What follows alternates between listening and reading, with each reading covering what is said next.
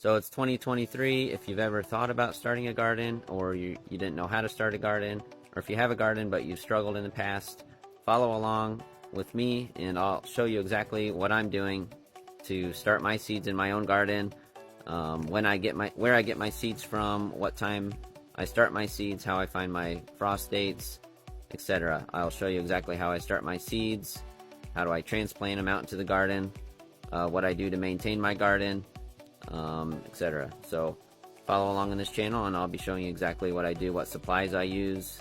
I do start some seeds inside with seed starting lights.